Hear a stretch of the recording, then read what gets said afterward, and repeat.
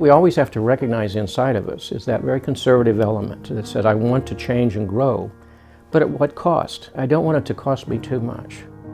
I don't want to have to deal with what it means to die psychologically in order to experience some kind of new life or new growth that comes to me.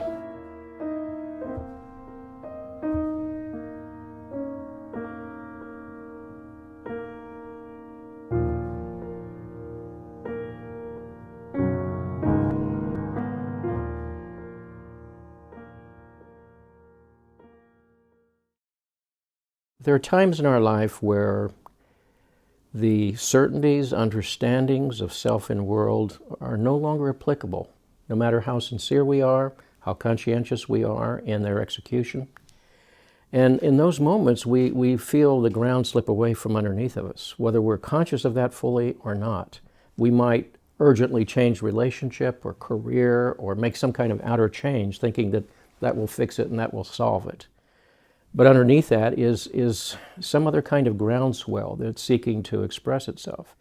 And one of the things I've told to clients who come for therapy is you're going to have to be able to live with uncertainty for a while. Because that which is no longer applicable or useful or practical in your life is going to be replaced by something else. But we can't just jump from here to there. That's what those self-help books promise. 5 steps to this, 30 days to that. That's the quick movement to this. You won't have to go through suffering. You won't have to go through anxiety. You won't have to go through some kind of exile. And that can be a very lonely time. And to be able to sort of hold to that process during that interim, during that in-between period. And the in-between period sometimes, frankly, has been years. And I think, for example, that in the course of one's psychological growth and development, those interregnums can be extraordinarily painful. And that's one reason why I think therapy had to be invented in our time in order to help people to sort of hold together a sense of personal continuity while something is being deconstructed in their lives. So what's the cost of not changing? I think the cost of not changing is maybe to live someone else's life, meaning that one internalizes the messages from one's ancestors, internalizes the message from the culture at the time. And they're powerfully charged, of course. I mean, people have the fantasy that one lies on a couch like this and complains about mother and father and so forth. That's not how it works. On the other hand, stop and think, where were your first and most formative encounters with self and other? And what does that mean to you? How did that help define you or limit you or constrict you or instruct you? And it's in those moments that you realize, I have to deal with the presence of those. Those persons could be long gone, deceased, and yet they're still active and operative within our psyche. Psyche is timeless.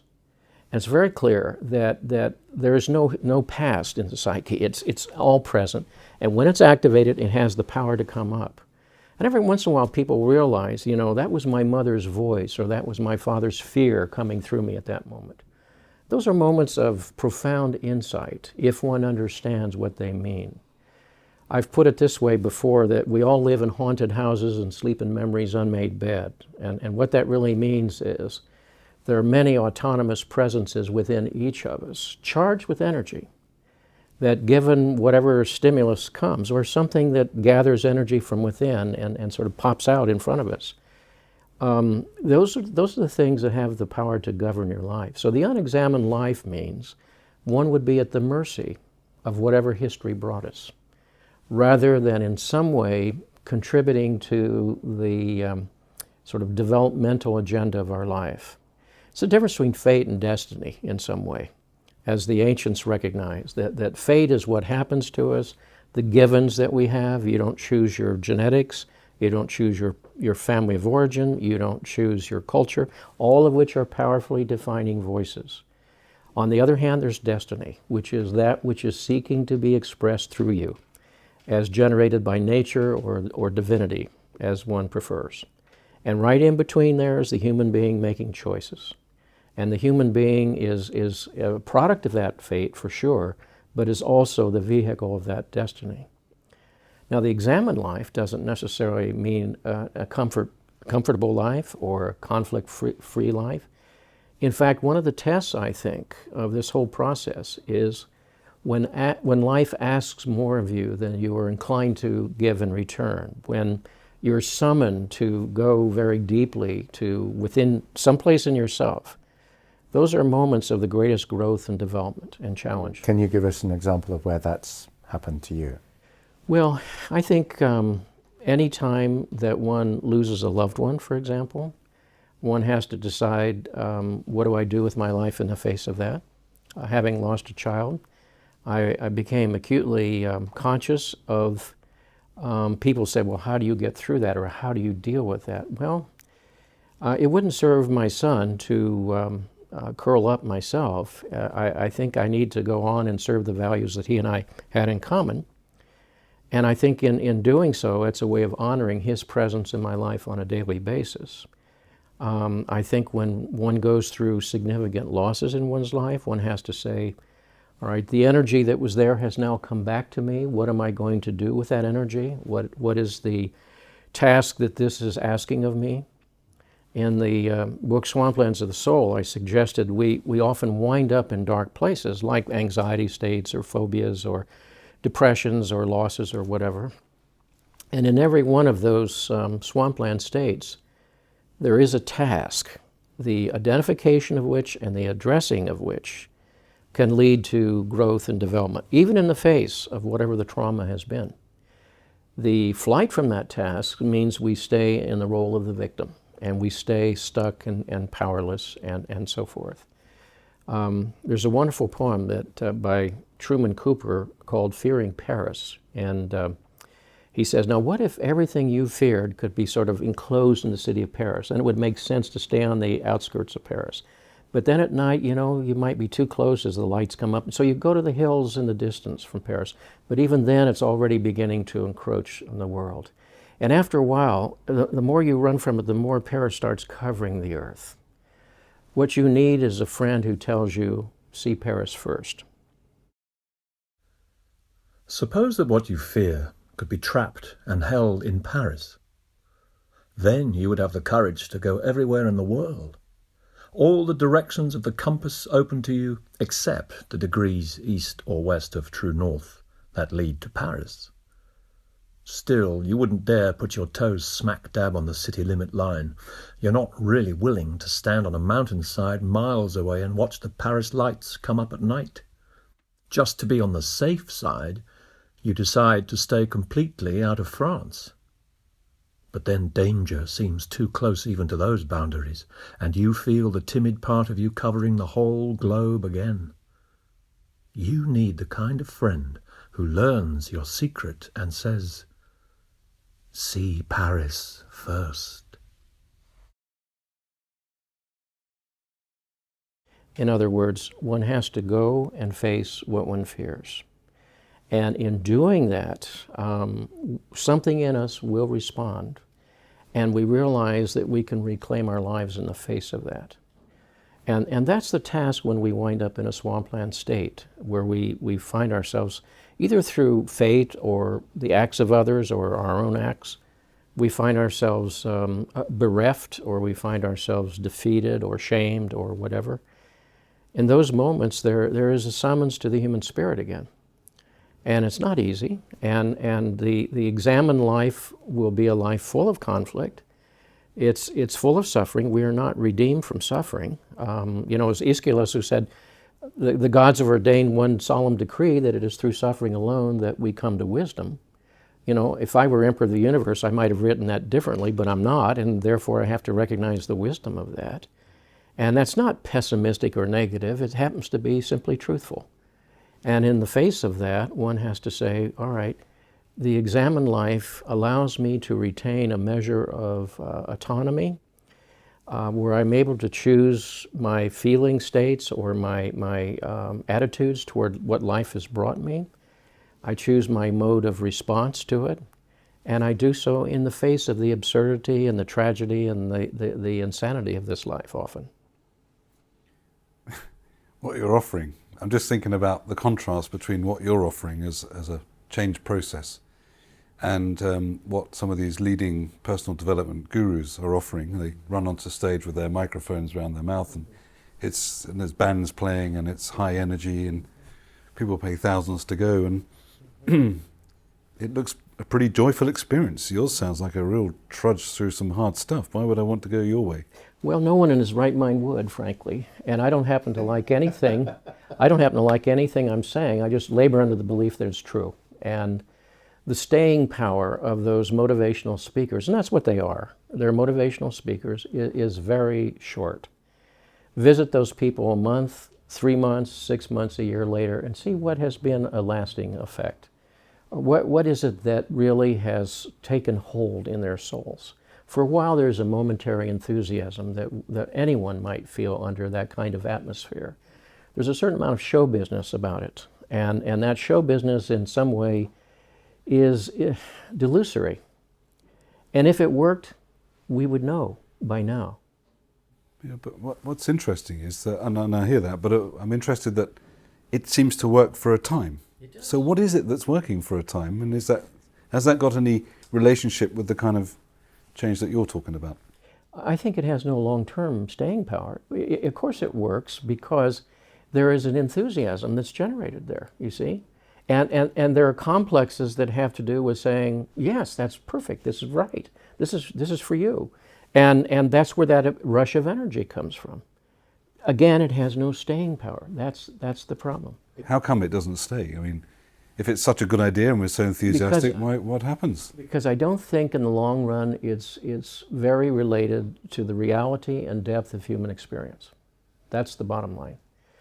That if life were that simple, we'd all be living on easy street, metaphorically speaking. And, you know, many of the people that we most admire in history are people who experience great suffering and great sacrifice. And we admire them because they won through to something in their life. They bore witness to some value that was important to them, often at great cost.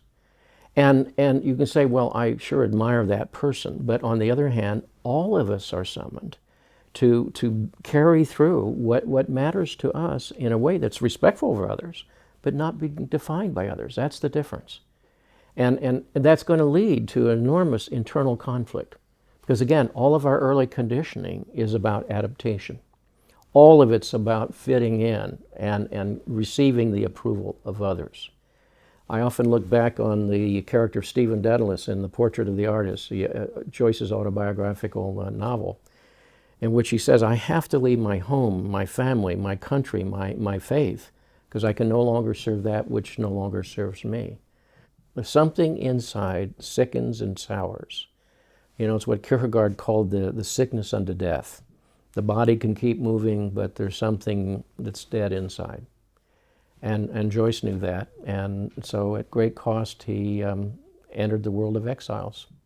And I would submit that there are many people who feel this, that there's actually a tribe of exiles, but because they have no political leanings or they have no particular party, they don't show up in groups. But many people should understand that they're not weird or different. They are meant to be who they are.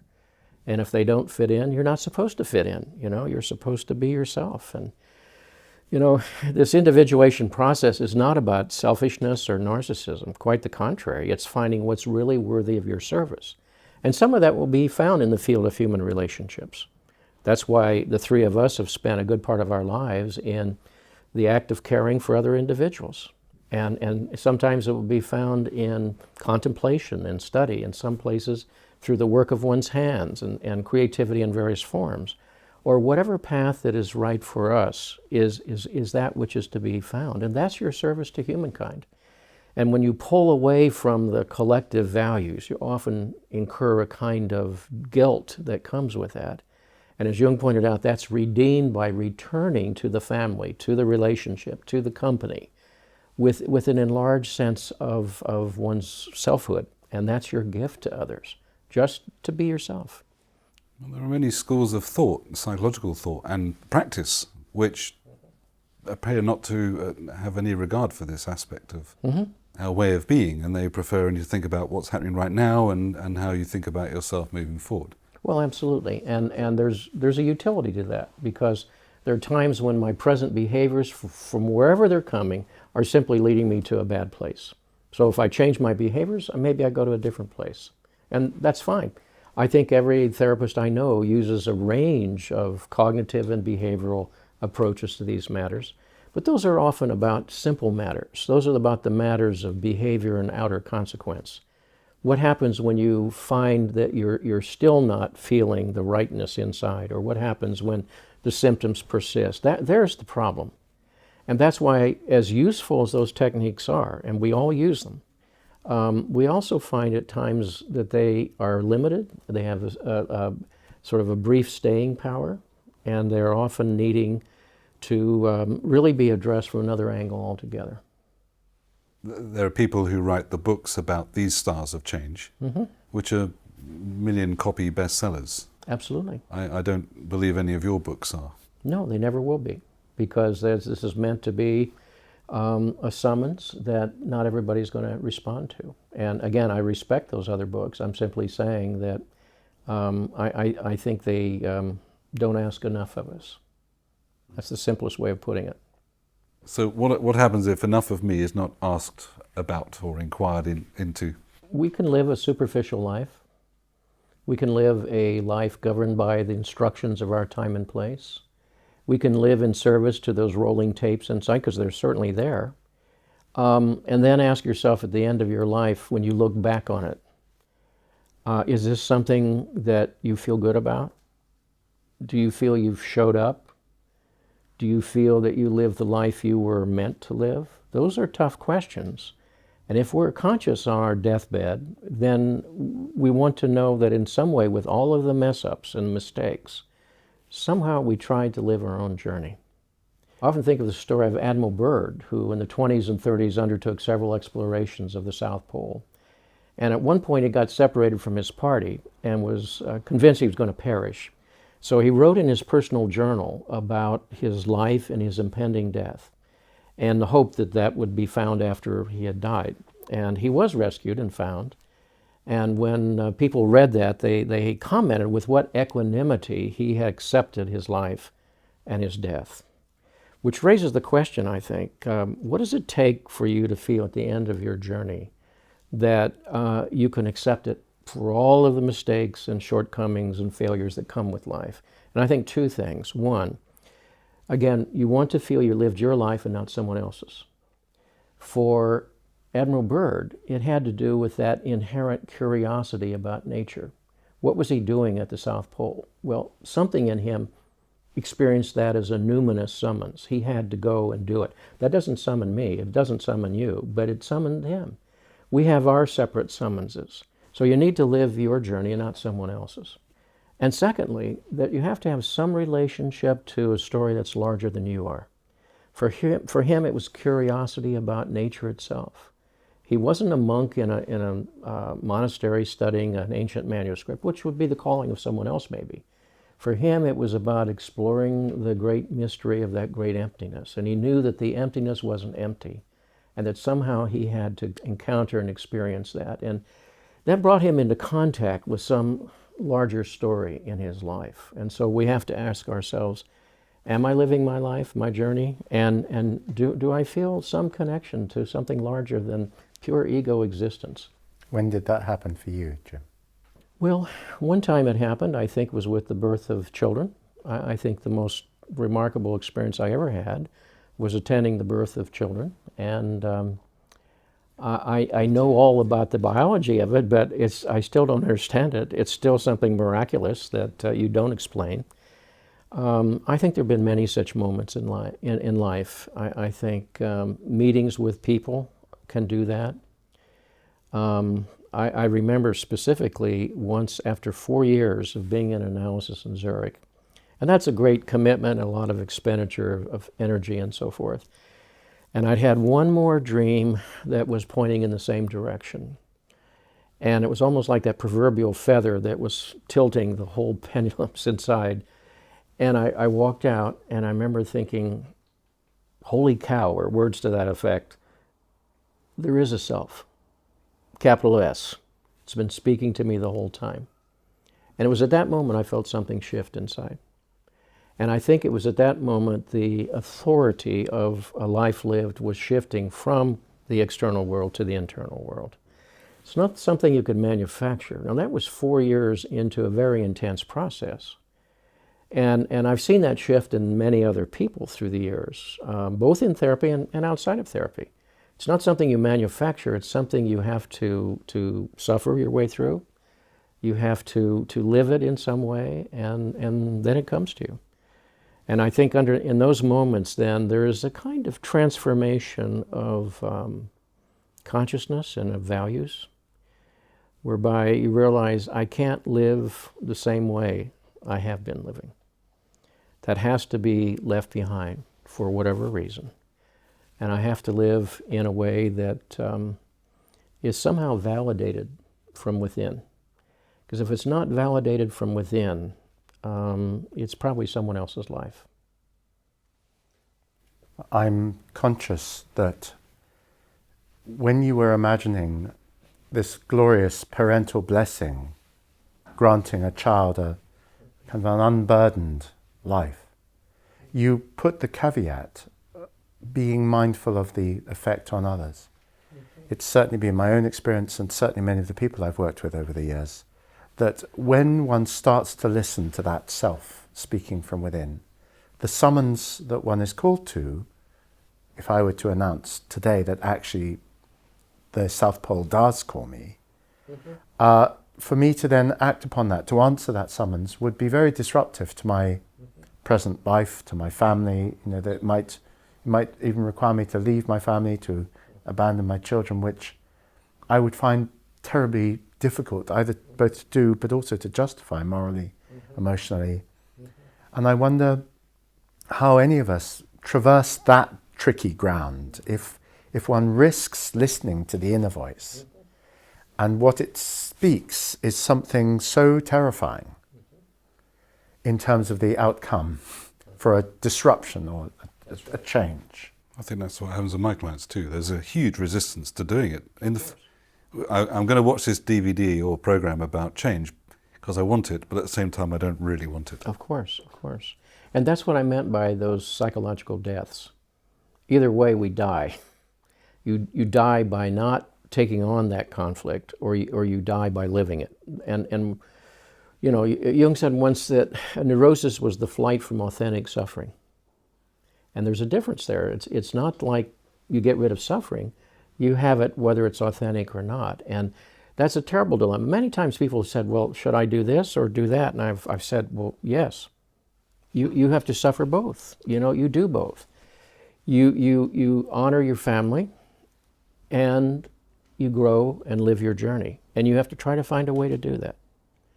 And if it means putting it off for a certain length of time, all right, do so in good faith, as long as you're not making that as an excuse to yourself. You have to do both. And this is the familiar tension of opposites that Jung talks so much about. He said, in the face of any real conflict, you know, pseudo issues are easily solved. They're this or they're that. Real issues, both sides are true. Both are costly. That's a real life issue. And he said the task is to hang on to the opposites as long as you can until the third appears. Now the third is, what does this choice, what does this dilemma in a person's life really mean to them? So, for example, if a person's in a relationship and I say to you, well, should they stay in that relationship or not? You say, well, I don't know, because I don't know all the variables that are going on inside. Well, precisely so. And they don't either. Until they learn what that third is. In other words, a person could stay in a relationship or a career or a situation whereby the outer summons is terrifying, and they stay there and something dies inside. Or they leave that and something dies in terms of the cost of that. And then they have to live a different kind of life and a different kind of journey. So that third is really the summons to a kind of consciousness that develops out of the conflict of opposites. But you can only get there by holding honestly the opposites. They have to be suffered within. And in fact, that's why I felt that last dream in 4 years of looking at dreams, where the self had been saying the same thing over and over in different ways, was for me the encounter with the third. That there was something higher. My own analyst said to me, He said, you have to realize sooner or later there's something higher than the ego, which sounds obvious on the one hand. On the other hand, we identify with the ego. So already there's an enormous threat and conflict there. If I'm not my ego, then what's making choices inside of me? And am I being simply narcissistic and discounting others in this process? Or, Jung said on one occasion, most neuroses are conflicts of duty. So you have a duty to that and you have a duty to that. Or you have a duty to something here and a duty to something there. And it's out of that the real conflict, that's the honest suffering, that's the honest conflict that comes. And so when I had that one more dream, it wasn't as if it was the first dream with that same kind of, message. I hate to use the word message with dreams, they're not that simple, but I'll use it for shorthand. It was simply saying, all right, this is your third. It's about time you paid attention to it. And it was something in that moment that, as I said, shifted inside. Just following on from what you last said, if you can remember, I was hearing the difference between cosmetic change and what I might call organic change. Now, change in organic change in nature is a pretty violent process. It's destruction, creation, death, life. Not very appealing. It doesn't have a neat title to put on a book spine that will sell 1 million copies. And we are part of that nature. And it's violent inside of here too. And it's violent in the sense that all deaths in some way are the destruction of the old. And all deaths in some way are asking for that new to come, but it's only at the expense of the old. And the key though is the ego's relationship to that. I mean, it's going to go on regardless. That's why I think I had a good midlife depression, was I was resisting the change that was, facing me, resisting changes that needed to be made in my life. And I had various complexes standing there like guards with scimitars saying, you shall not enter here, as we all do. Otherwise, change would be easy. But in a sense, what is not addressed then will pathologize, meaning it will move into regions of suffering. It could be interpersonal suffering, it could be in the body, it can be in our emotional life, in all these places. So you're absolutely right. Nature is violent, and my ego may have an attitude about that, but my attitude's sort of irrelevant until I embrace the nature of nature, which is that, as Tennyson said, nature red in tooth and claw. It's not some pretty animal somewhere. Its life is constantly consuming and devouring other life, as we do as well. And the same is going on intrapsychically in us all the time. As we're sitting here, cells are being reborn and cells are dying. And they're dying at a greater rate than being reborn, by the way, from about age 24 or 25 afterwards. So it's biologically downhill after that. And although I've used the word violent for nature, I mean, it's not only violent, it's also beautiful. Oh, absolutely. And nourishing, and lots of other words. But, my own bother with the change movement as it's kind of advertised is it only seems to focus on the good bits. And I feel very suspicious about it. The kind of change you're describing has a different quality to it. Well, change is the nature of nature.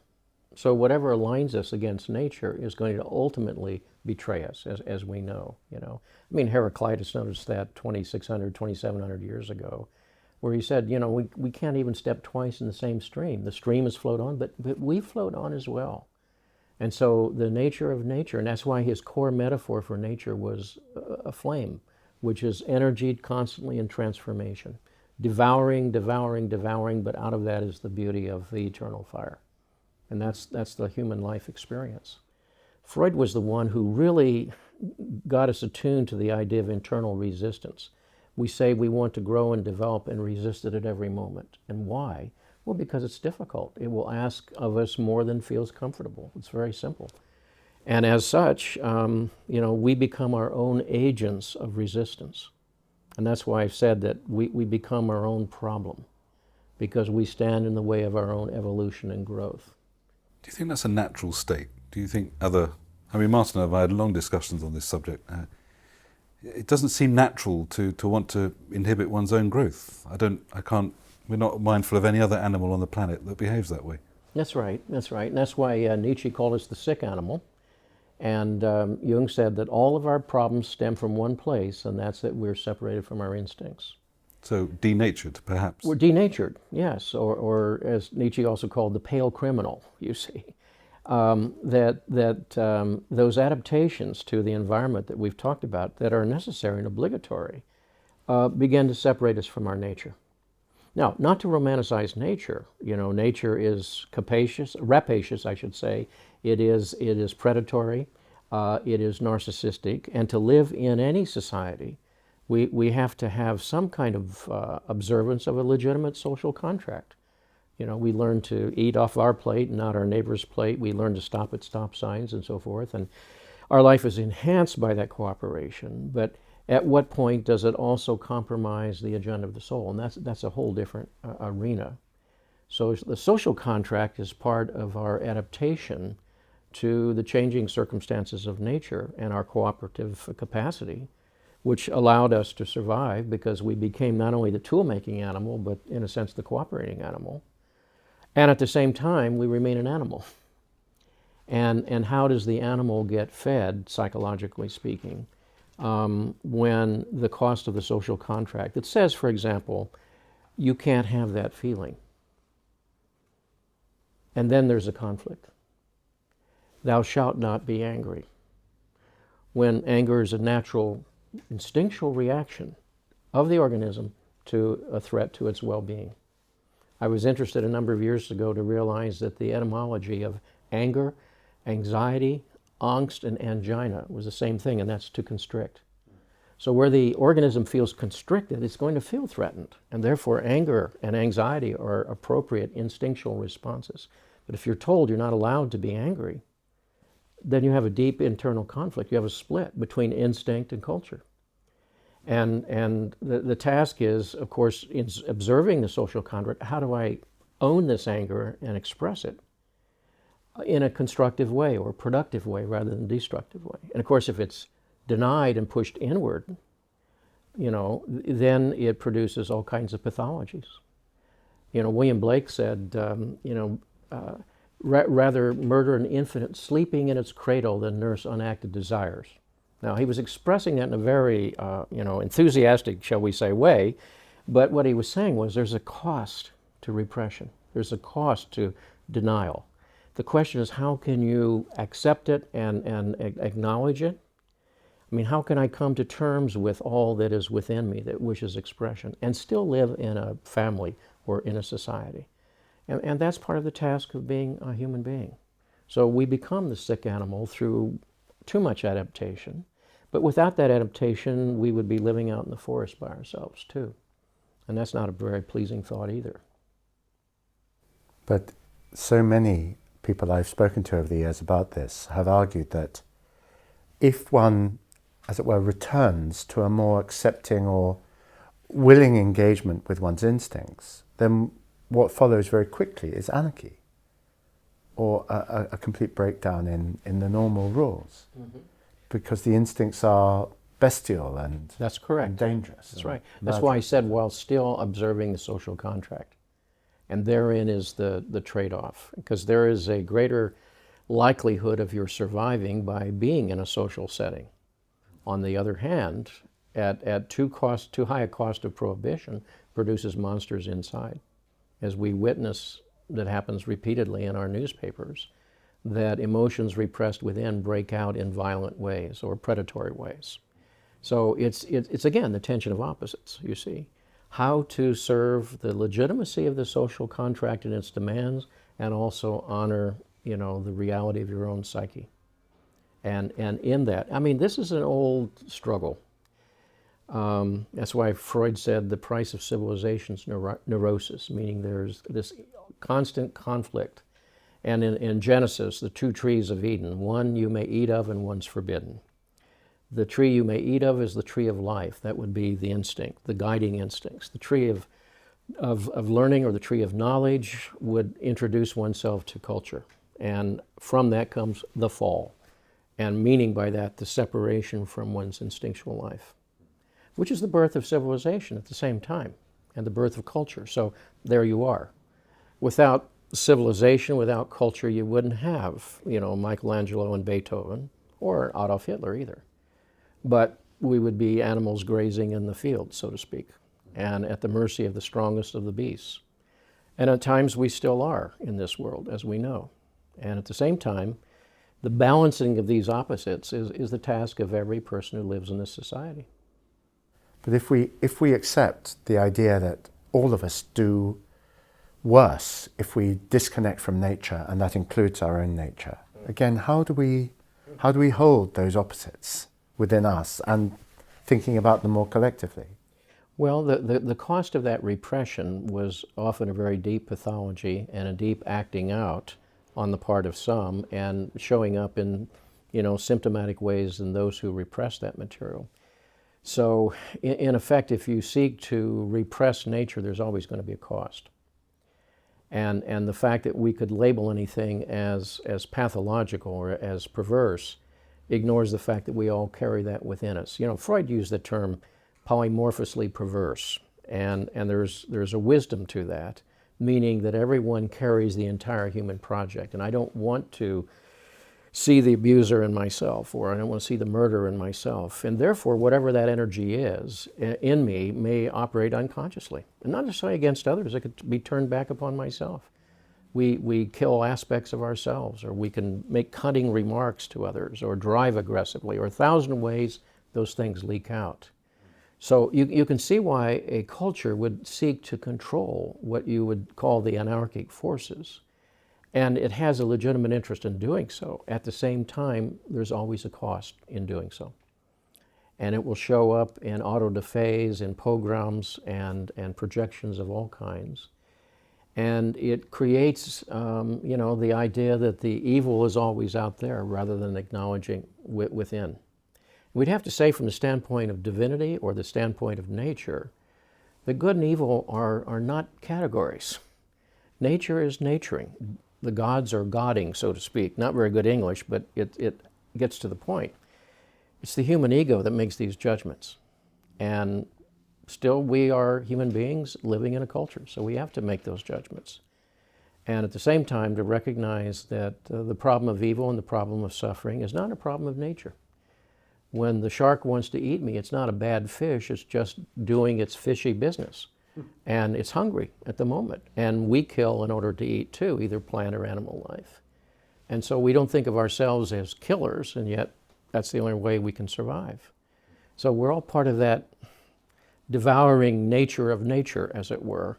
And to put a moral judgment on that is sometimes necessary, but it's also sometimes delusory, where we feel superior to that nature and ignore the nature operating within ourselves. So if I was to ask you what your own experience of the mechanics of change would be, I mean, we've talked about the mystery of change, I think, pretty well. Well, sometimes change happens developmentally. We just experience the growth spurt psychologically, physically, emotionally within us, and we step into the new place. And that's when nature is working the way nature's supposed to be able to work. There are times when there are all kinds of internal conflicts and external limits and prohibitions, where that produces an enormous amount of conflict. And normally people are not likely, or one is not likely, to begin to attend to that until the inner distress reaches a certain level, certain magnitude. It's at that point the person begins to ask the question, what's going on here? That's why we raised the question earlier. I've done all the right things to the best of my ability, and why does it not feel right inside?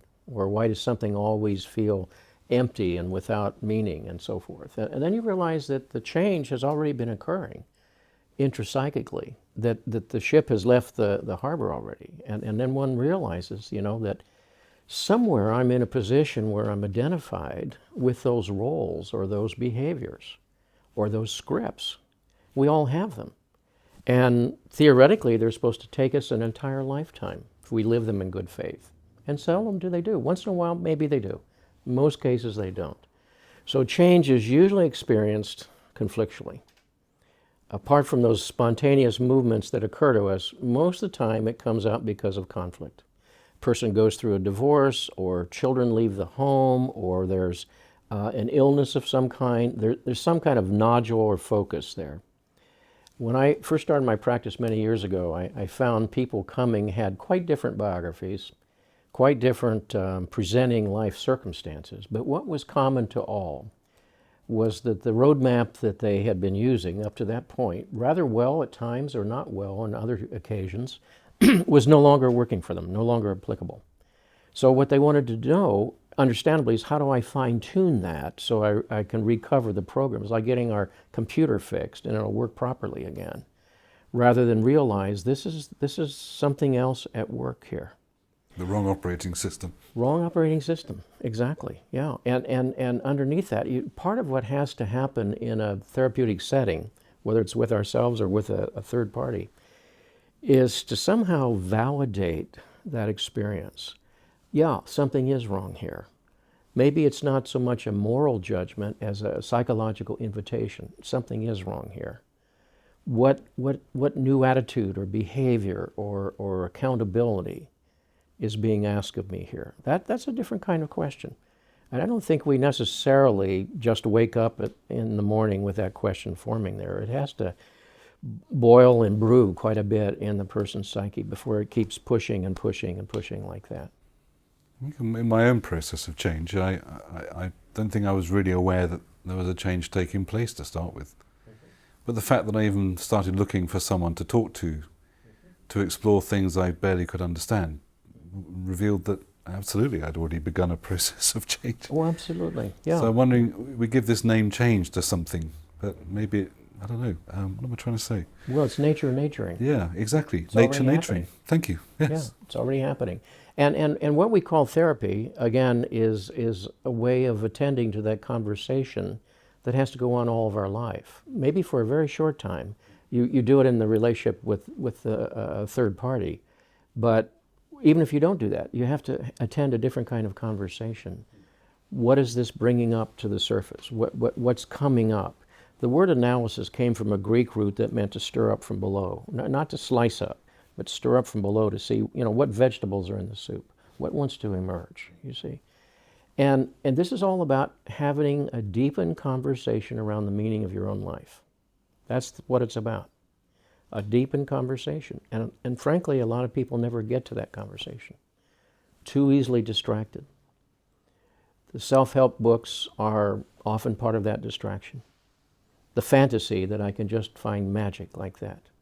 Or if I find the right person or the right career, this is all going to work for me. That's a delusion we all had as youngsters. And life is much more complicated than that. And the peregrination of the soul is much more autonomous than that. That's part of the ego's fantasy that it can maintain control at some level. Again, unless ye die, you shall not live, so to speak. So if we could speak to 25-year-old Jim and ask him what he thought the trajectory of his life was, I wonder what he would have said. Well, in most cases, people would have a presumptive trajectory, and I think we all did as young people. Let me give you a personal example. I was deeply curious as a child and as a young student, and I was thrilled that when I finally got to college, I was going to take my first class in philosophy. Because I thought, there the answers will be waiting for me, because who better than the philosophers to have pondered life's questions, and Plato and Aristotle and Kant and the whole crew. And I started reading them, and I found myself getting puzzled, because instead of answering my questions, they were bringing more questions up, and that was disturbing. And I was either a freshman or a sophomore at the time, and a visiting scholar came to class, and he was a young professor of comparative religion from MIT in Boston, and he had been to a Zen monastery for a year in Japan. And he came and was sharing that experience with us. And I remember him sitting on the teacher's desk in the lotus position, and it's the first time I'd ever seen that or heard about it. And he talked about his life as an earnest novice in a Buddhist monastery, and how at the beginning he was presented with a koan, which is a kind of riddle that really has no answer, but he was to struggle with his koan. And periodically he'd be summoned by the Zen master to talk about his relationship to his koan. And he said usually he was just dismissed like this. A couple of times he was struck with a stick and he felt he was being chastised. And he realized later what the person was saying to him is, you're up here, get down here.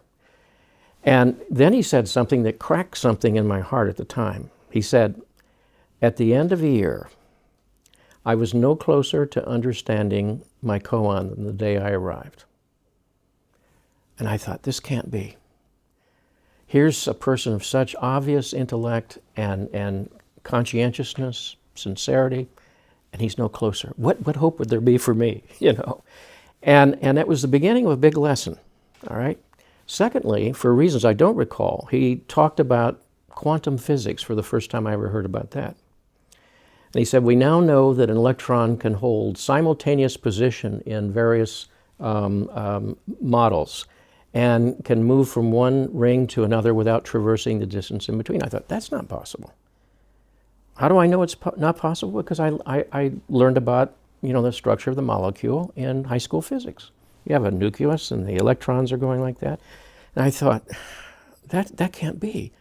And he said, we've known this from the early 1920s. And I thought, this can't be. And then something else cracked inside. And thirdly, when he left the class, I thought, this is extraordinary. It's the first time I'd ever seen a person who was actually devoting his life to questions that mattered to him, rather than being trained to do a job and doing the job with the presumption that's what an honorable person does, and that will be a reward in the end, as sometimes it is. And I thought, this is peculiar. And at that moment, though I didn't know it, I was seeing the difference between job and vocation. 40 years later, I was able to introduce that same person. Of course, he didn't remember being in that classroom. I was just an anonymous undergraduate. And to thank him, and that was the famous religious scholar Houston Smith, who happened to be the speaker that I was referring to. But I was reflecting later upon why that class stuck in my mind so strongly. And I thought that it taught me 3 lessons. One is rather than find certainty, you better be prepared to live with ambiguity in your life. Because life is a koan. It's not an answer, it's a series of questions. And if you're lucky, you get better and better questions along the way. And if that's the case, your life is somehow growing and living in the mystery. Secondly, I thought, you better not be attached to your old models, because as fixed as they are in your mind, they will be outlived by better instruments or better questions in the future. And thirdly, it's the first time, as I mentioned, that I realized what vocation could be, vocatus, vocal, to be called. I didn't have to become that person, but I realized that a person could be called to live what mattered to him or to her. And that was a true identification of the spirit with what you spend your life doing. Now, it was too early for an undergraduate, I was probably 19, to comprehend at that time what these things meant. But they've percolated upwards through the decades, literally. Hit your tuning fork, you might say. Hit your tuning fork. Absolutely. Something resonated in that classroom. And its full implications only became clearer upon reflecting upon what formative influence they played. Because again, these represented attitudes that were foreign to my intention. I wanted certainty and predictability, and I believed it was possible if you worked hard enough at it. And what I've gotten from life is more uncertainty and more unpredictability. So one could look upon that as the defeat for the ego, or as the summons to say, what changes of attitude or perspective are asked of you now? And so, what he was modeling there was a life lived by his inner light, whatever form that took. Because I was going to say, in answer to were you my client? When you posed the question aloud, I wondered to myself why that lecture stuck in my head. I would say, well, the answer was in your body. You said your heart cracked. Yes, it did. And I believe that the heart has its own intelligence, its own brain capacity, and that the wisdom of the heart is profound and parallel to the intellect. Yes. And if something as profound as a crack appearing in the heart happens, I think all of us registers that as a significant That's right. seismic shift moment. Yes. Does that was a feel shift. true for you? I think so. That felt a shift moment at the time, but I had no way of comprehending it. My consciousness wasn't large enough to understand that. That's why I'm saying it was decades of living that reality before I began to realize why that had stayed at such a numinous moment, which is a significant encounter in history, because it was merely a 75-minute class period. But in some way, I think it changed my life, or at least catalyzed some changes that were there waiting to be started. At the time, do you remember the physical shock in your body of this challenging new perspective, this new paradigm appearing? And part of that was anxiety, because I think what he was saying was undermining certainty. You know, this model of physics that I thought to be one of the certitudes of what keeps the planet going was simply a theory, and it would be replaced by other theories. And they're as transitory as all of our understandings are. And that was threatening. It can be liberating, but to the youth it was threatening. Because, you know, the ego, again, wants to stand on the promontory of certainty and predictability and control. And this was wresting that control away.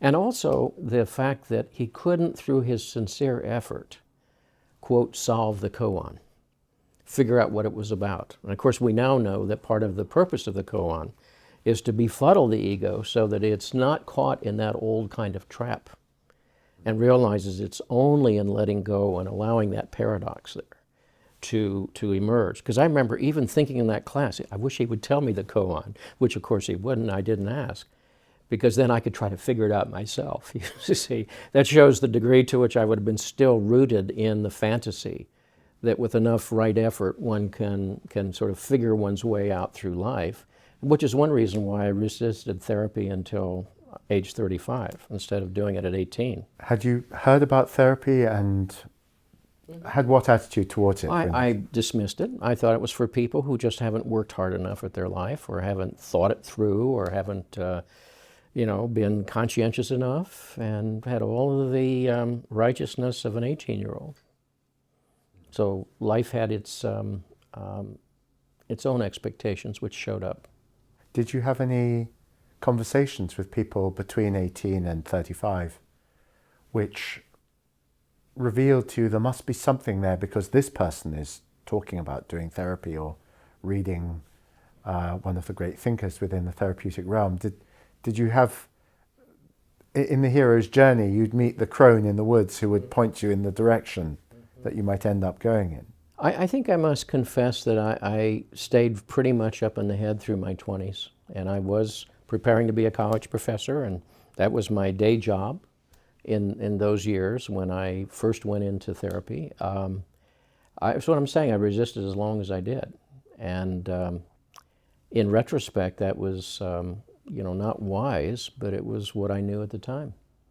And it's an opinion I think that most of us have. It's like therapy is for those who are ill, those who are unable to figure out their lives, or unable to muster enough energy to make things work for themselves. And, it's a widespread prejudice, and it's one that I learned the hard way is nothing but a prejudice.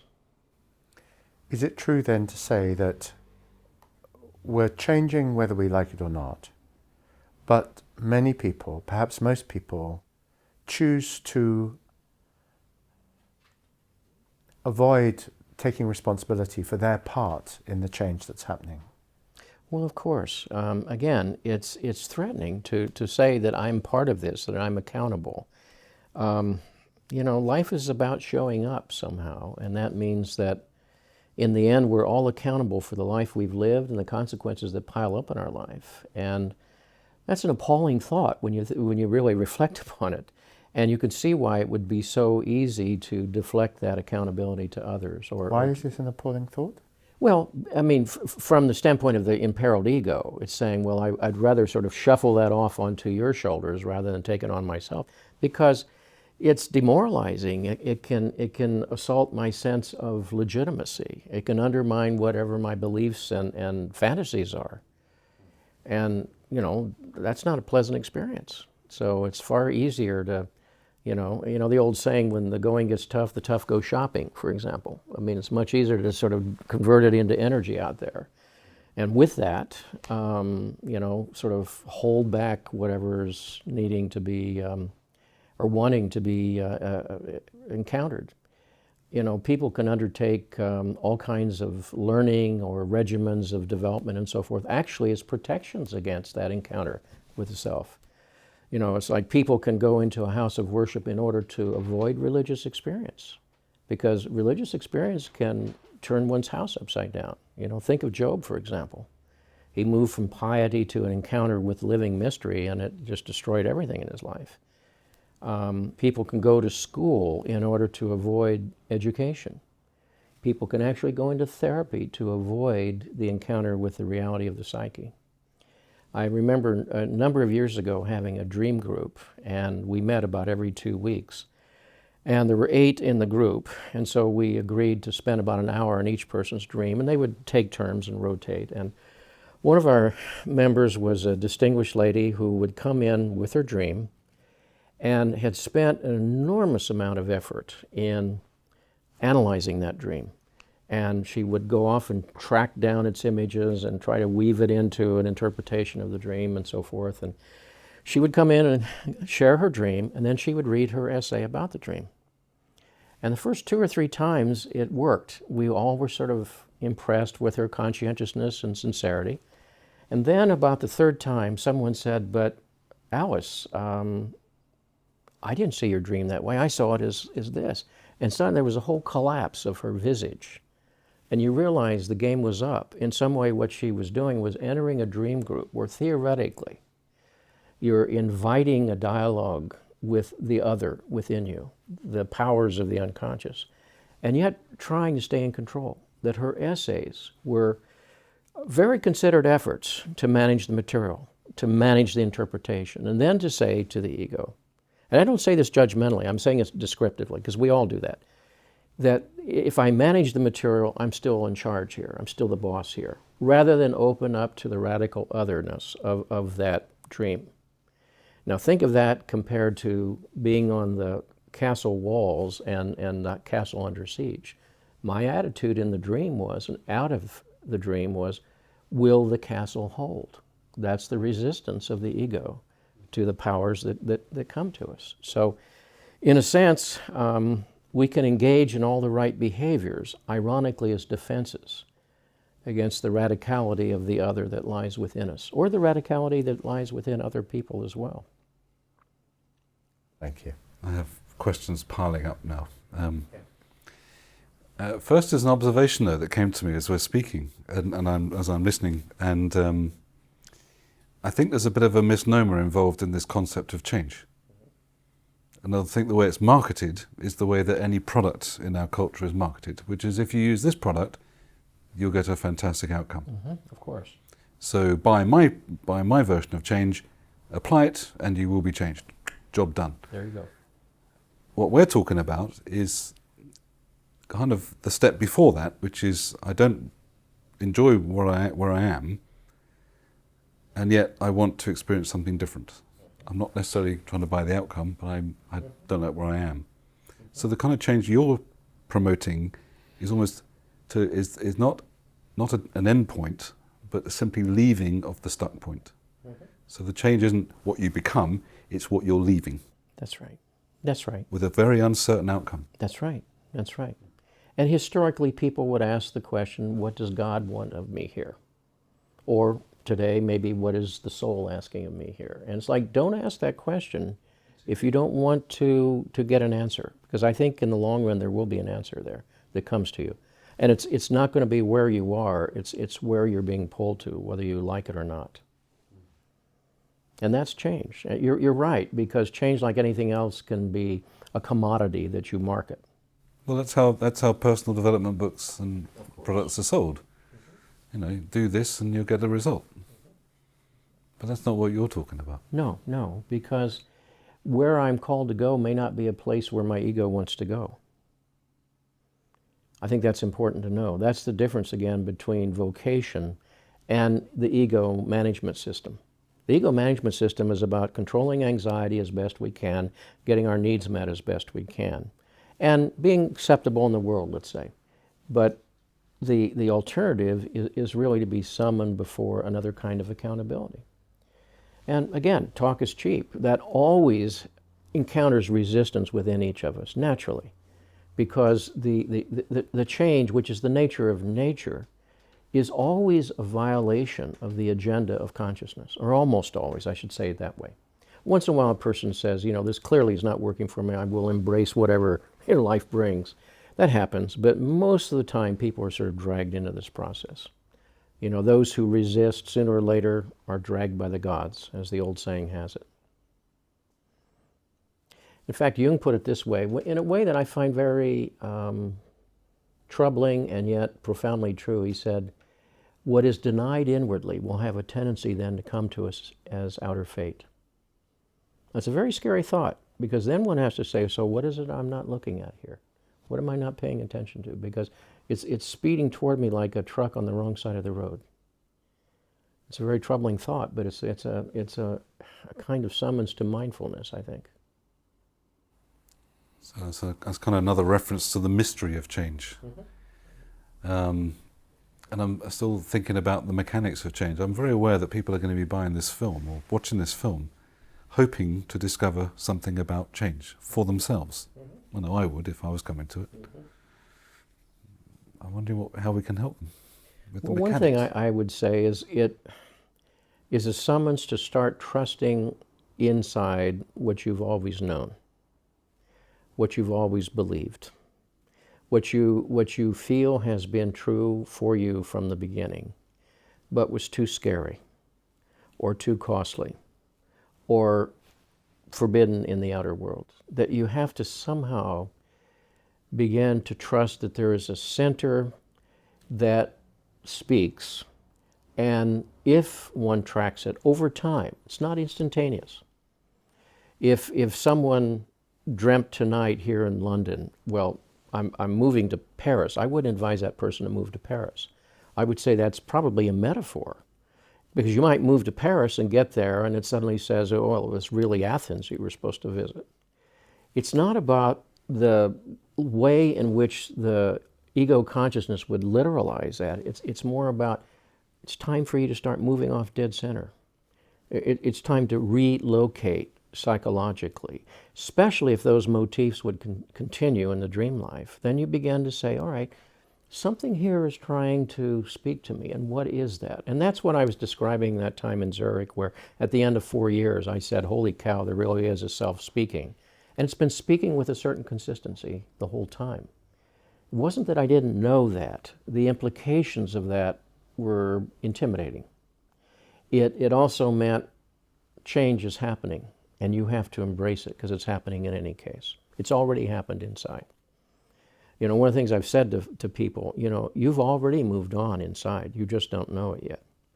Because if your outer adaptation were working for you, you would know it. It would feel right to you. You would have that sense of purposefulness that comes from that.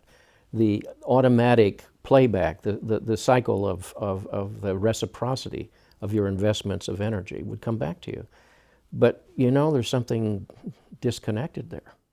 So that change has already happened in you. It's time to begin to, pay attention to it. But if I get to that point where I suspect I've made wrong choices, or rather maybe harmful choices, or maybe just boring choices, frankly, how am I going to trust myself to make any more decisions?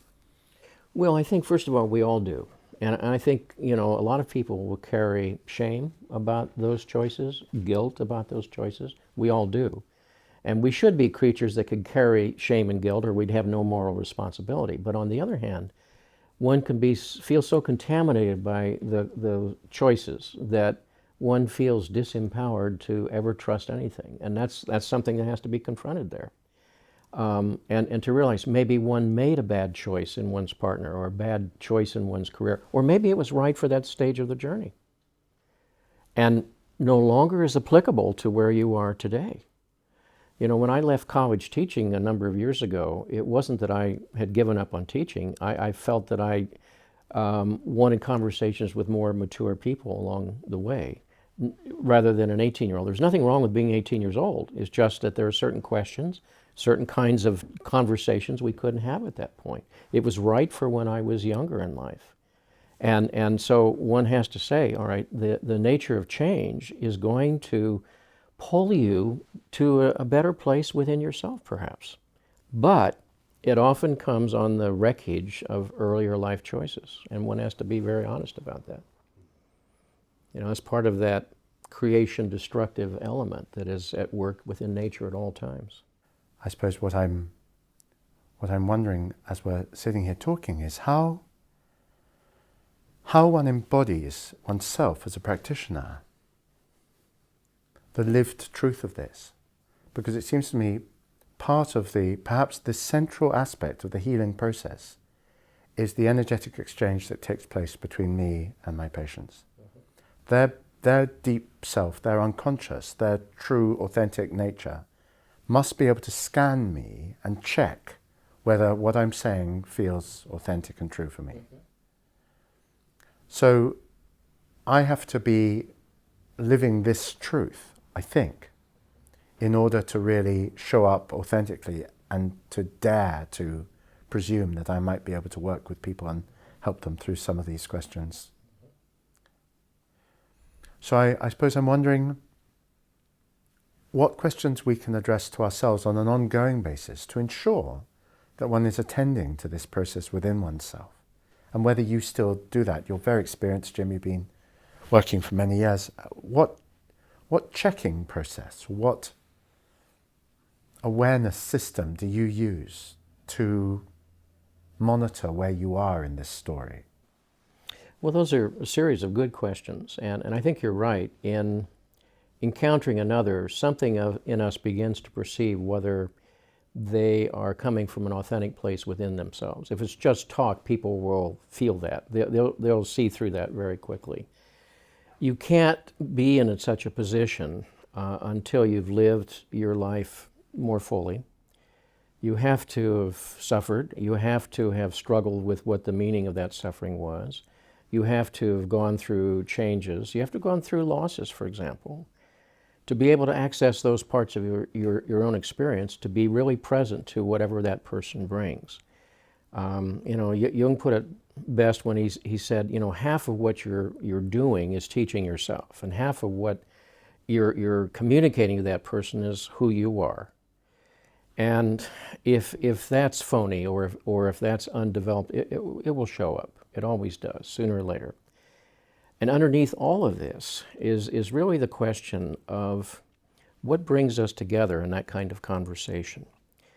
And the way I've put it is that it's a deepened conversation around the meaning of your life. So one of the things I try to do is ask people questions that will cause them to reflect upon their understanding of themselves, their understanding of others, and what it is they feel that they've left behind in their own life. Because we all leave parts of ourselves behind. And we all leave parts of ourselves that are wishing expression in life. And they can pathologize and be depressed or whatever, or envious or jealous.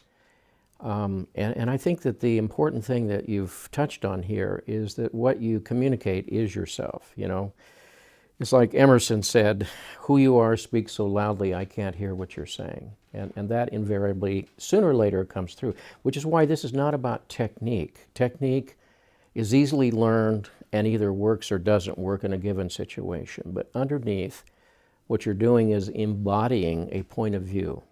And this is a point of view that takes your life very seriously, takes it as a struggle between authenticity and inauthenticity.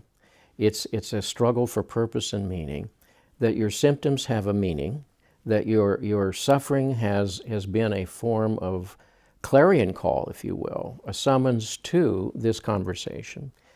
And paradoxically, these outbreaks are friends, so to speak, because they brought us together, and they will bring us to some kind of relationship to what's really going on inside of you. And I find most people responding to that. Most people who seek me out, I don't advertise, but people seek me out one way or the other, come at some level prepared to have that conversation, or they wouldn't go through that door. They would have tried other things first, and maybe productively so, and more power to them. But I think, again, the key that I've found is that deep within each person is a part that knows, that believes, that desires, that yearns, and that part is wanting to be seen and to be valued. And I think that's part of what the therapist can do.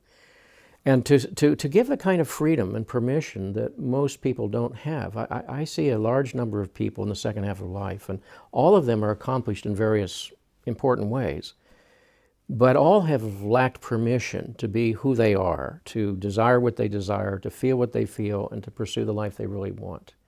So giving that kind of permission is something that we can't necessarily do, but you can sort of bring the question up so they realize you have to somehow seize that in your life. We're here such a short time, and you have to be able to seize permission to be who you are on the journey that makes sense to you. And no one else is an expert on that. No one else knows what's right for you. I can look at someone's situation and see likelihoods, yes, but I've been wrong at times, and there are times in which I can't possibly fathom the depth of a person's soul.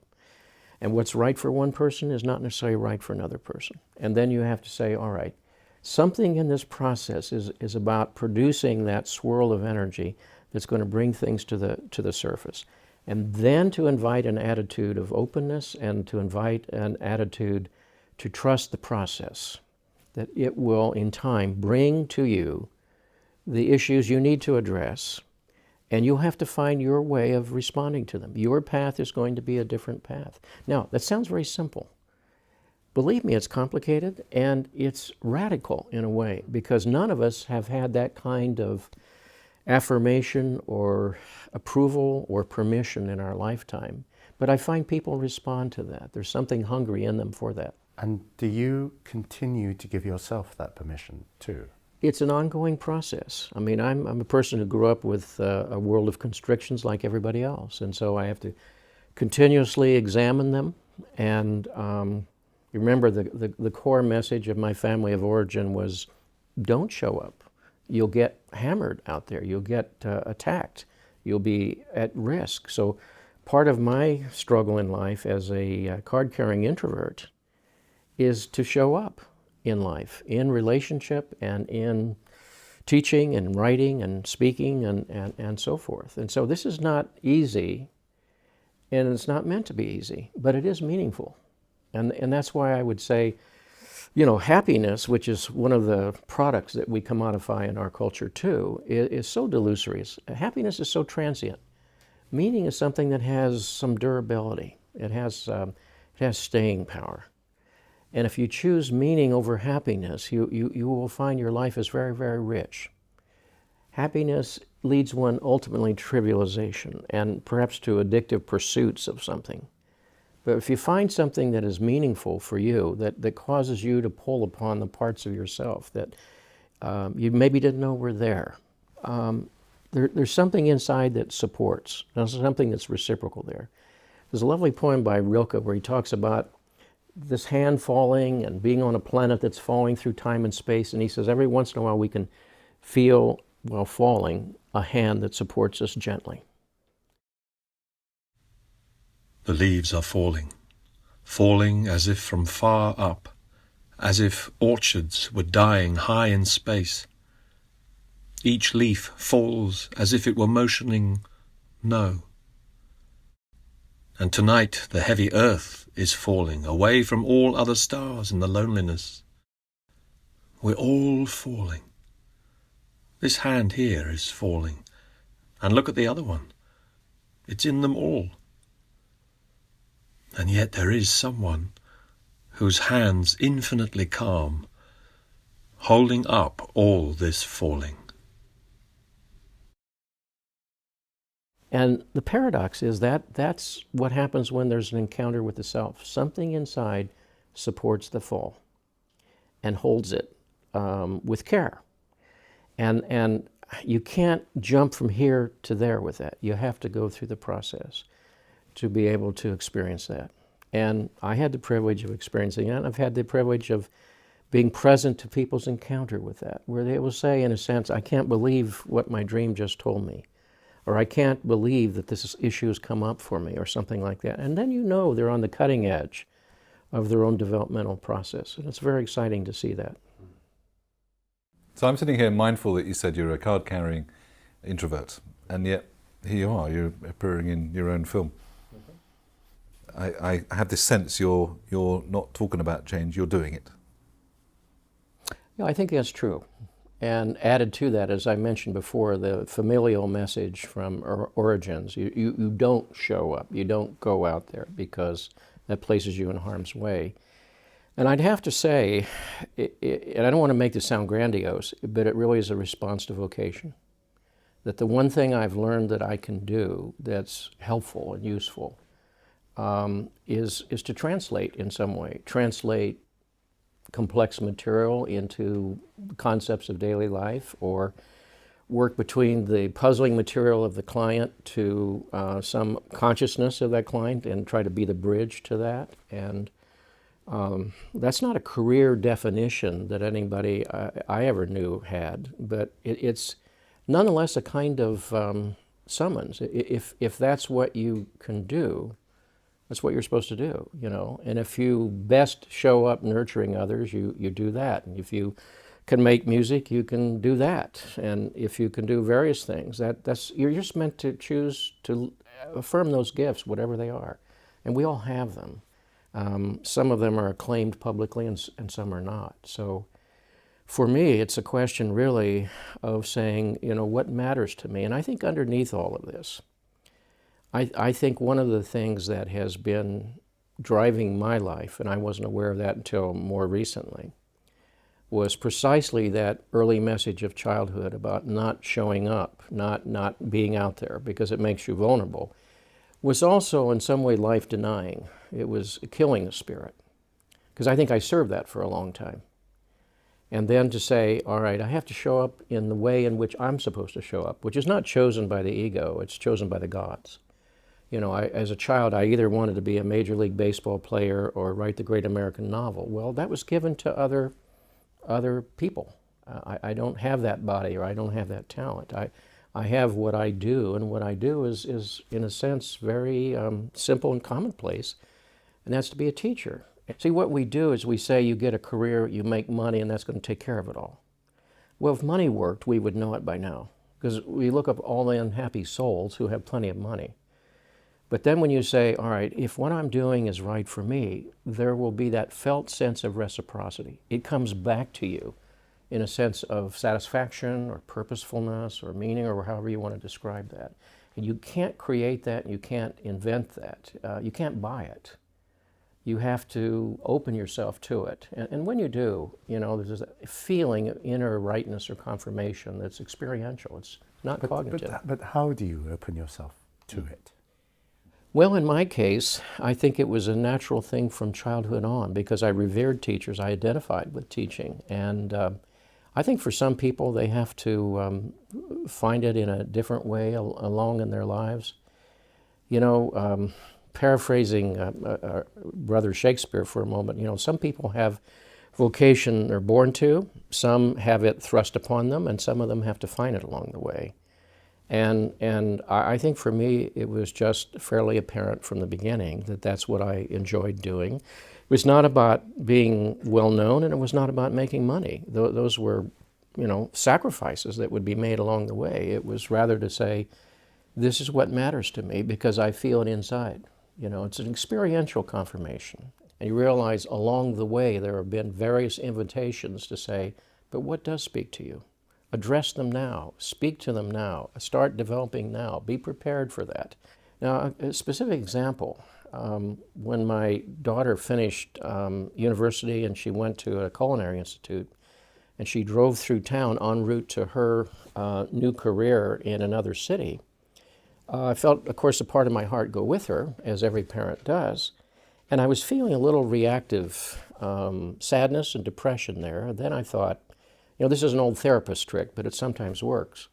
What would you say to others who brought you the same issue or problem? And I said, well, I would say to that person, what you have invested was well done. Here's the product of it. Now that energy is released, it's come back to you. And what are you going to do? So after years of denying writing, I started, as she's driving across the United States, I started writing The Middle Passage. And it was the beginning of a series of books that were waiting or sort of stacked up in the unconscious to begin to start flowing outwards. And it was really taking that energy back and saying, all right, now it's time to place it in another place that wants expression through you. And that's, in a sense, the task for all of us in the second half of life. It's like first half of life, you have to go out there. It doesn't matter what you do at some level. I mean, as a young person, I couldn't have tolerated that advice or suggestion because I wanted to know what I was doing was the right thing, of course. But it doesn't matter what you do. You go out there, you bumble around, you run into walls, you make mistakes, you get hurt, you stand up and you say, what's that all about? And what do I have to learn from all of that? And what does that tell me that works for me in my life and what doesn't work for me? It's a very severe inventory that one has to go through periodically in life, One of the most helpful things I have got from you, from your work, is the phrase, create space to invoke possibility. I treasure it. I offer it to all my clients in one way or another.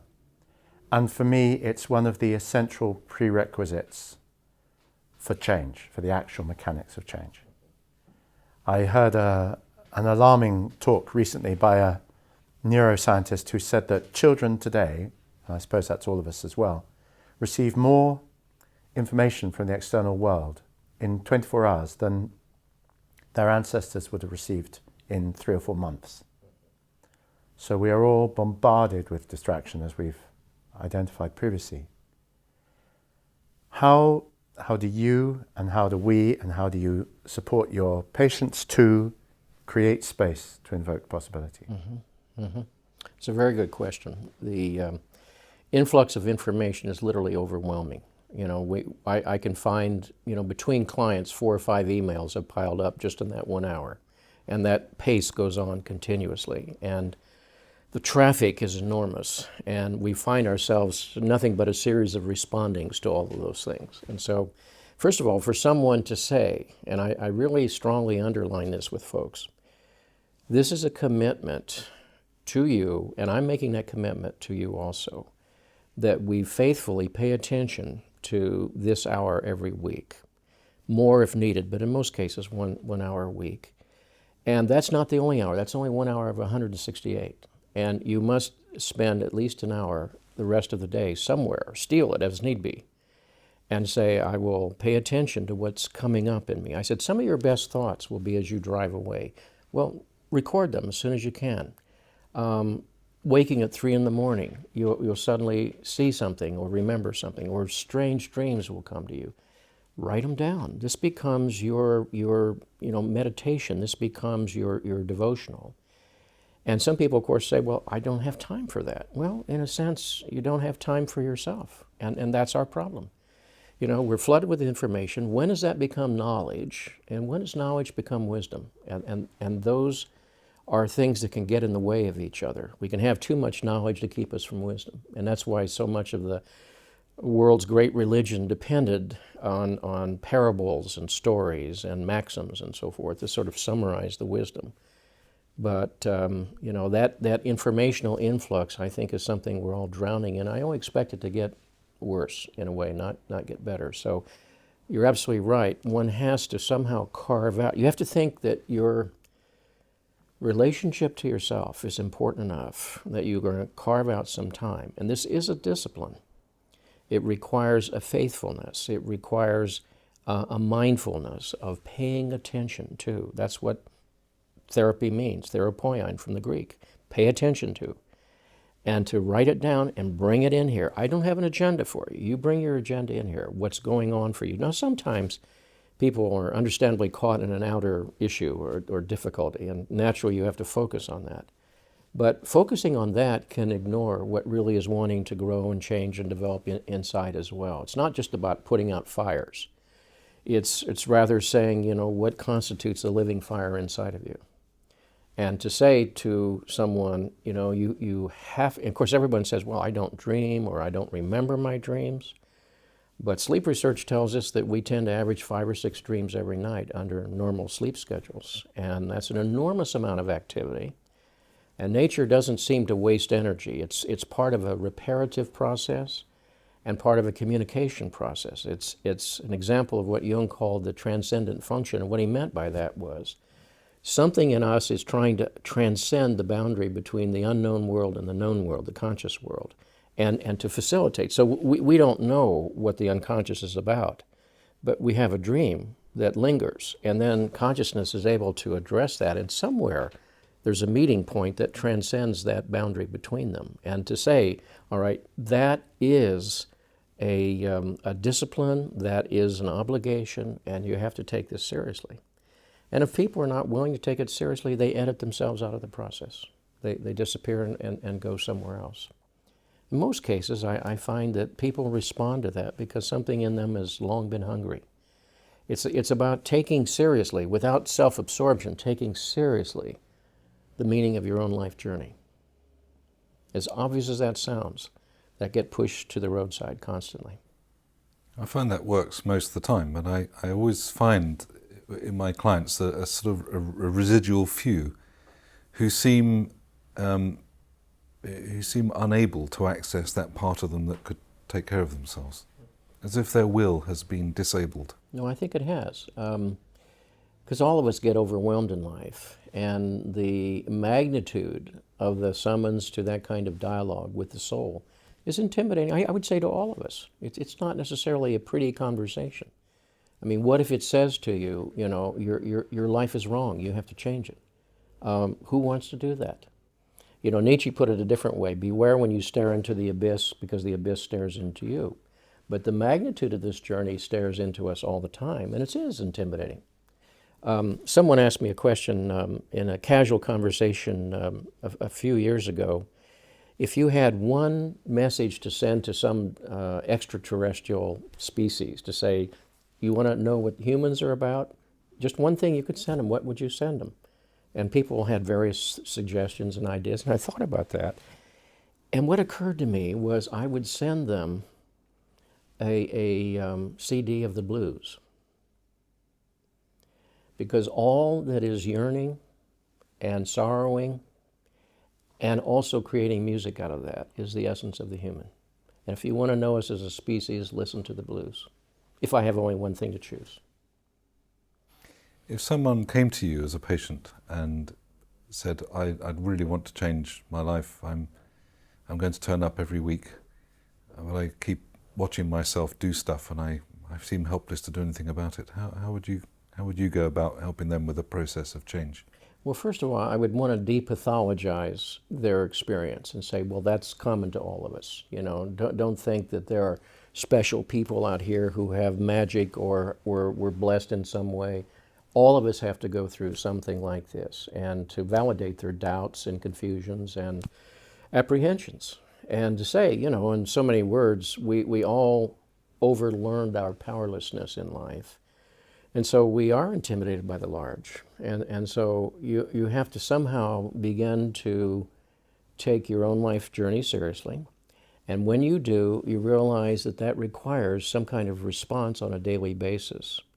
Now, the way I put it in one of the books was that no matter what we do, today, tomorrow, 2 gremlins appear at the foot of the bed. One is fear and one is lethargy. Fear is always saying, life's too big for you, it's too much, you can't handle it.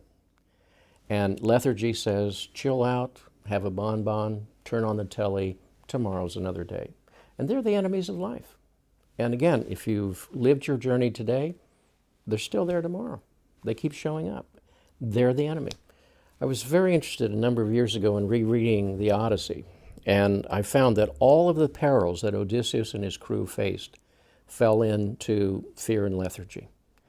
The fears were the intimidating powers of the ocean, of the Cyclops, of the clashing simplexities, and the lethargy part was the Circe's island and the land of the lotus eaters and so forth. So it was all about, shutting down in the face of fear or going to sleep. And one person, continued to plot his way forward. And I have a small passage on my computer in my office that's there on a daily basis where Odysseus says, whenever the seas are heavy and shape-shifting and so forth, and if it knocks my raft to pieces, then I will swim. Now, that's from 3,000 years ago. Why is that there on my computer, an instrument of the present moment? It's to remind us of that timeless journey. It's like, from time to time, the sea will shake your raft to pieces, and then you're in the drink by yourself. And guess what? You can swim. You can swim, and you have to swim. So you have it appears as a box, you read it off your screen, or you have it taped No, it's taped to my computer. It's taped to your computer, so it's there every day as a call to wake up, or to be awake. Be mindful, and frankly, be courageous. Show up. It would be very helpful for me if, in this setting, you were to share with us the quotation about being bold and about the dark forces, the power of evil that... Oh yes, it's really a paraphrase of Jung, who in 1912 broke from Freud in a book called Symbols of Transformation. And he says there very powerfully, he said, the spirit of evil is negation of the life force by fear. Only boldness can deliver us from fear, and if the risk is not taken, the meaning of life is violated. And I think that is so succinct and so powerful. And whenever I've cited that in talks on the road, everybody said, could you say that again? Because people want to write that down, because it does resonate. The spirit of evil is negation of the life force by fear, and only boldness can deliver us from fear. And if the risk is not taken, the meaning of life is violated. I can actually feel my body quaking as it takes that in. It has a physical effect right here, right now. So I know that there's something happening in the moment that's a truth about, for me, about what you've just said. And to kind of use language we've used elsewhere, it's almost like he's saying to continue a life of being denatured is an abomination of nature. Absolutely, absolutely. It's what it sounds like. Yes, exactly, yeah. And of course, we began as helpless infants, so our powerlessness is deeply impressed upon us. And yet we're asked to show up, and that's part of the paradox of the human journey. We may lack the physical powers or the mental powers or the psychological powers, and yet we're asked to be who we are. That's why life is so difficult. And it's difficult because we've also learned all those necessary adaptations. The things that were actually protective and helpful can often stand in the way of growth and development later, because, they're there to protect us. It would be folly to leave our protections, and yet at some level that's what we have to do. And if we don't, something pulls us. That's the point. That's where the pathology really develops. If we could come up with 3 or 4 or 5 bullet points of change, the mechanics of change. Well, I think the first thing is to recognize that what's happening within always has a purpose. And sometimes we have to learn to read the outer world in terms of what's happening there. The troubles in a relationship, or the difficulties of sustaining an energy for the work or something like that, to realize that always has a purpose. And the question is, what is that purpose for you? It might be different for you than for someone else, but what purpose could that have for you?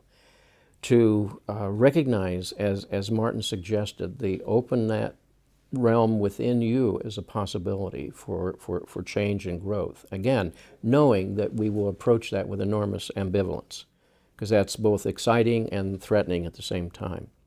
To open that door, and that involves a commitment, and it involves a sort of discipline that sustains it over a period of time. It's not quick fix. And thirdly, recognize that change is seldom about the comforts of the ego.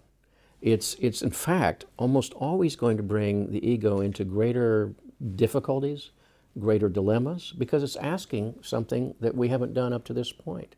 It's asking something that's perhaps outside the comfort zone. And that's why Jung said the sort of spirit of evil is overthrowing life because of that fear. We have good reason to have those fears, but again, we have good reason to live our lives too. And so, lastly, recognize that change is where the gods, the divinities want us to go, not necessarily where the ego wants us to go. And so when Jung said once a neurosis is an offended God, what he was saying was not theological. It was a metaphor for saying we have colluded with the oppression of some profound energy or some expression within us that is seeking to enter the world through us. And when we oppose that, we are offending the gods, as it were, which is his way of saying it has that much magnitude, that much gravity, and that much importance in your life. Another issue that comes up around change when people are contemplating change is, okay, let's imagine I overcome my fear and reach out and try and get some. How long is it going to take? Possibly the rest of your life, quite seriously. That change is, as we've already established, I think, the nature of nature, that death is stasis. Lack of change is death, whether it's psychological or actual. Nature is constantly changing. And so this is work we do the rest of our life. We don't know what challenges are coming to us. You know, the fantasy of the young person, and an understandable fantasy, if I make the proper choices, these will serve me my entire lifetime, be rewarding, be acceptable to others, and provide me with a sense of satisfaction and purpose. Well, good luck with that. And once in a while that happens with people. But it's rather rare. And more commonly, we're summoned to an accountability to the soul, and it's not going to be constrained by ego expectations or agendas. It's going to go wherever it wants to go. There's an old maxim in the coaching and business world that you need to walk your talk. And here you are talking about change, the mystery and mechanics of change. How are you living it, would you say? Well, one of those ways of living it is to be party to this conversation, which is an unnatural act, it seems to me, but one in which I believe may serve the teaching function, in which I believe deeply, and I believe in the sincerity and conscientiousness of both of you, so I'm trusting to that, and so there's always a certain risk in that, and I'm grateful for that opportunity. I continue to be learning and reading and growing constantly. And ironically, I find myself less and less interested in organizations and more interested in free time to pursue my relationship with my wife and also to spend that time in study. I find myself as curious today as I was as a child, which I think is a good thing because there's kind of an insatiable appetite there. And wherever that's present, the spirit flickers and it's still alive. And I think with physical diminishment, as we all have, it has to grow inside. There's a poem by Yeats in which he talks about how for every outer diminishment there is a necessity of inner growth to compensate. And he says, soul, sing, clap hands and sing, and louder sing for every tatter in its mortal dress. Yeah, now you see, a young person can't say those things. One's not able to at that point. But I think when Yeats wrote that, he was ailing of body and spirit, and yet was saying that one can affirm this life journey, even with its heartaches, by the development within of a deeper richness. And that richness comes through losses and achievements and disappointments and so forth. In another poem, he reviews all of the miseries of his life, Dialogue of Self and Soul, it's called. And at the end, he says, we must laugh and we must sing, we are blessed by everything, and everything we look upon is blessed. Now, again, no young person could say that, because we'd have to say, now, we'll see you in a few decades and see what you have to say about that. But he was writing that at the end of a journey, and one that was turbulent in his nation, turbulent in its politics and religion, and turbulent in his interpersonal relationships, and turbulent inside. So it was like the voyager coming into the harbor who says, in a sense, it's a hell of a journey, but it's been my journey, and it's been well worth it.